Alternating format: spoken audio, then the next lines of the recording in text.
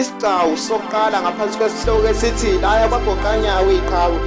Kodwa Mgqumeni ibhobo likadikadika. Mshini wamaskandi mina ngithanda ukukubonga kakhulu. Baningi abaculi sebekhothamile phambi kwakho abanikeza isikhonkana sengoma buka namhlanje baphumelele. Angibusoli ubuqhawe bakho vele kwakudaliwe. Namanje sabeze emva kwakho sisahambe zinyathelweni zakho. Lesibani wabanikeza sona sisabakhanyela. Lapho khona ngikufisela okuhle kodwa sengathi usizi lakho lingaphenduka injabulo. Ma ujabule sengathi ungahlala ujabule. Ngikufisela injabulo yangunaphakade.